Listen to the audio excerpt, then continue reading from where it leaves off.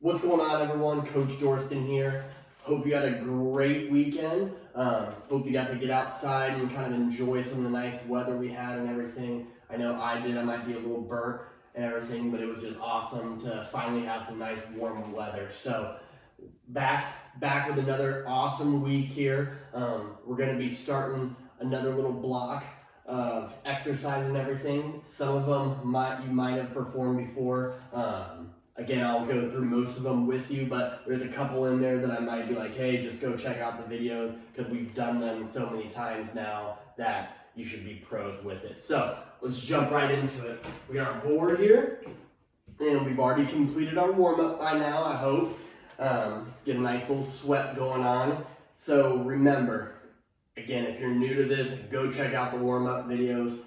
Try to go through that just to get an understanding of how to get ourselves set up and ready and activated for the workout ahead. So then we've got our number one, we've got our 5-10-5 shuttle, and we're sticking with 8 reps on this one, or 8 sets of this. Remember, performing 5-10-5 would be 1 set, and then we're giving ourselves a good 1.5 to 2 minutes of rest in between each one, just so we can keep that explosive power with each and every one. So again, if you need a better understanding of that, go check out the other videos where I describe it, and you can kind of see how to set up your cones, your water bottles, whatever you're using as your little barriers for that. So remember, 8 of those, which means 4 going each direction. So again, kind of go check that out. Then we've got our 2A and our 2B. We are sticking with vertical jumps, 4x4, and then we've got bear crawls for 5 yards. I'll also kind of show you a little variation for this if you're kind of in your house with that, and that'll be just for 4. And again, I'll kind of go over that when I'm demonstrating, but you'll bounce back and forth between those two. So again, we got our superset. So you'll do a set of the vertical jumps, then kind of go into the bear crawls, take a couple seconds, then going back to the vertical jump. Then we've got our 3A and our 3B. We've got Nordic curls. That'll be one where I probably won't demonstrate that exercise in this video. We've done that a lot, getting those hamstrings, the glutes. Remember, just find a nice stable surface to put your feet under. If you have someone at home who can kind of hold your ankles and everything, go for it. Keep that nice solid control with the Nordic curls. We got 4x5, and then we've got our 3-second eccentric pause push-ups. So we've done the 3-second eccentric. There will just be a little bit of a twist with it at the end, and we've got 4x5 to 8 of those. So again, remember that superset style, going for 1 set of the curls, then 1 set of the push-ups, and then back to giving a little bit of time in between, and then back to the top there. And then we've got our 4A, B, and C. So our 4A is going to be the rear foot elevated split squats. You might have also heard these called Bulgarian split squats, but we'll have 3x6 to 8 with those. Then we'll have our single arm row with a 3-second hold on that one, and that'll be 3x6 to 8 on each arm. And then we've got our overhead carries. So I'll demonstrate those, and then our finisher will be 1 minute of mountain climbers for reps. So let's get into it. So we've already done our 5-10-5 at this point. We'll have our vertical jumps. So again, just a quick reminder with those. Obviously, if you're in the house, make sure you have at least a little bit of clearance above you to make sure you're not going to hit the ceiling, hit a fan, anything like that. But again, we want to get in that. I do want you not only to think of the actual jumping motion itself, but landing and the start to it as well. Because those are going to be some of the most important parts. So we want to get into that nice athletic position. So sitting our hips back, our knees should be over the front of our toes, and our chest and our shoulders should be a little bit over the front of kind of our knees and our toes. So I want you to make sure that you're really loading up those hips. And what I mean by that is you should feel kind of your butt turn on a little bit. Our shoulders shouldn't be hunched. Our back shouldn't be rounded. We should have a nice, strong posture, getting ready to explode. So then we're going to add again, snap down with that. So our arms will be reaching towards the ceiling or towards the sky if you're outside. We're gonna be up on our toes. And I want you to think about driving your arms back and getting down into that athletic position, making sure that when you're going, we're not rocking back onto our heels. Our feet should be nice and stuck into the ground. I'm about to say, almost think of, you got tape glue on the bottom of your feet. You're pressing that in, sticking, and then we're going to explode back up. So what's gonna happen? Gonna be up tall, snapping down, exploding up, and then going right back into that nice athletic position for the landing. Reset yourself, get nice and tall. Now, I just performed one. You've got 3 more of those for a total of 4. And then we'll have our bear crawl. So if you do have 5 yards marked out, that's awesome. If you're inside like I am, I want you to actually get a timer, like on your phone, set it for about 30 to 45 seconds. And I just want you to take about 3 or 4 steps forward or walks forward, and then 3 or 4 walks backwards for that 30 to 45 seconds. If you have your 5 yards, you're gonna go all the way down to wherever your marker is and then go back. So remember, just like in our warm up, our hands are under our shoulders, knees are under our hips. You can have them maybe a little bit behind your hips, but not too much. Toes digging into the ground. And just like our cat-cows, all of our core work that we do, make sure we're turning on that core. So just slightly rolling those hips under, and then we're just barely hovering our knees right off the ground. So then it should be a nice, controlled walk. So there's 3. Remember, the closer your knees are to the ground, the better it is. You should be able to put a glass of water on your back and it not spill as we're going. So that'll be our bear crawl. Again, if you're outside, you got that 5 yards down and back is 1. If you're inside, that 30 to 45 seconds. Going forward, going backwards, that'll be 1 set of that. So then we'll have our Nordic curls. We already kind of gone through those. Again, you all should be pretty good with that. If you need to go check out what the Nordic curls is, go check out the very first exercise videos where I explain it.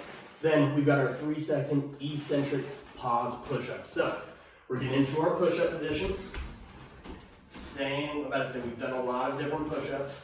So hands about shoulder width, a little outside of shoulder width apart, getting into that nice high plank. Remember, with these, it should almost feel like a moving plank. So then we're going with the 3-second eccentric. So nice and slow. So 1, 2, 3, and then I want you to hold for at least 2 seconds. So there's 2, and then going back up.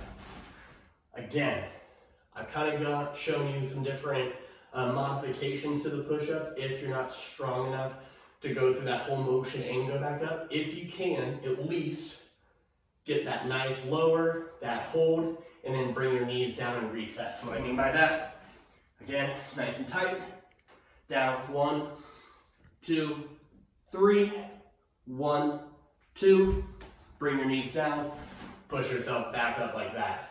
If that's still a little tough for you, again, just find kind of an elevated surface, whether it's some stairs, kind of like a couch, something like that, where you can elevate your hands on. And again, that'll make it a little easier. But remember, just try to keep that nice, solid form there. So then we'll go into our 4A, B, and C. So we've got our rear foot elevated split squat. So in this case, I'm going to be using my chair right here. And you want to find something that is kind of about knee height for you around that area. I know it's a little bit tricky, but if you are shorter, you don't want something super tall because then it kind of turns into just kind of a hip flexor stretch. So just pick whichever foot. So I'm going to start with my right foot forward.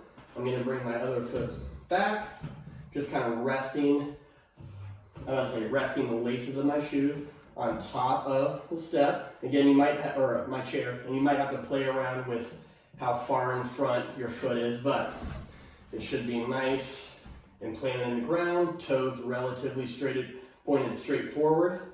And then I want you to You might have a little dip in your chest as you go down, but it shouldn't be, again, we shouldn't collapse in the chest. Stay nice and tall, and I want you to control it.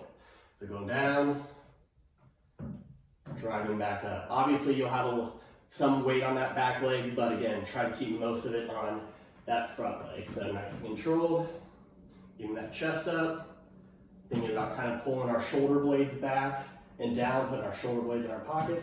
If you need to, again, I've got my backpack right here with about 2 or 3 books in it. I'm going to be going with kind of like a goblet hold with it. If you have a dumbbell, again, just that holding that dumbbell, kettlebell, if you actually have legitimate weights. If you don't, grab a backpack, bucket, anything like that. Then stay nice and tight. I'll switch and have my left foot forward this time. Put my foot up, then going down. Yeah, nice and controlled with that. Again, about 6 to 8 there, really trying to control that speed. Then we'll have our single arm row with the 3-second hold. So with this one, we're going to go with what I call just like a parallel stance. And so what that means, our feet are going to be even. And I just want you finding a nice stable surface. So this chair right here is a little bit wobbly, but for the demonstration it'll be fine, but really try to find something that's not going to move on you that you can kind of stabilize your hand on. So now I've got my backpack again. And with this, we really want to try to get our hips back, our back nice and flat, pulling those shoulder blades down and back. And then I'm going to come up, holding 1, 2, 3, nice and slow down, and coming back up. 1, 2, 3. Now I know it's going to seem a little silly, but I like to think about actually pushing my feet into the ground just to keep a nice stable base. So I know just because you're standing here, feel like you're not doing too much, but I do want you to actively think about trying to grip the ground with your feet, kind of drive those feet in. That'll kind of help activate your glute or your butt to help stabilize a little more. So hold for that 3 seconds, then back down. Then for the last one here, we've got the overhead carry. Again, we've done these a ton, grabbing your backpack, bucket, your jug of milk, or your weights if you have them. Driving that arm towards the ceiling or the sky, constantly thinking about trying to keep that driving up. I like to put my hand on my core, just to make sure that I am activating that core. So nice and tight through there, and then a nice, even walk. We're going for 30 seconds. If you're inside, just try to get at least 3 to 4 steps before you turn around and go back.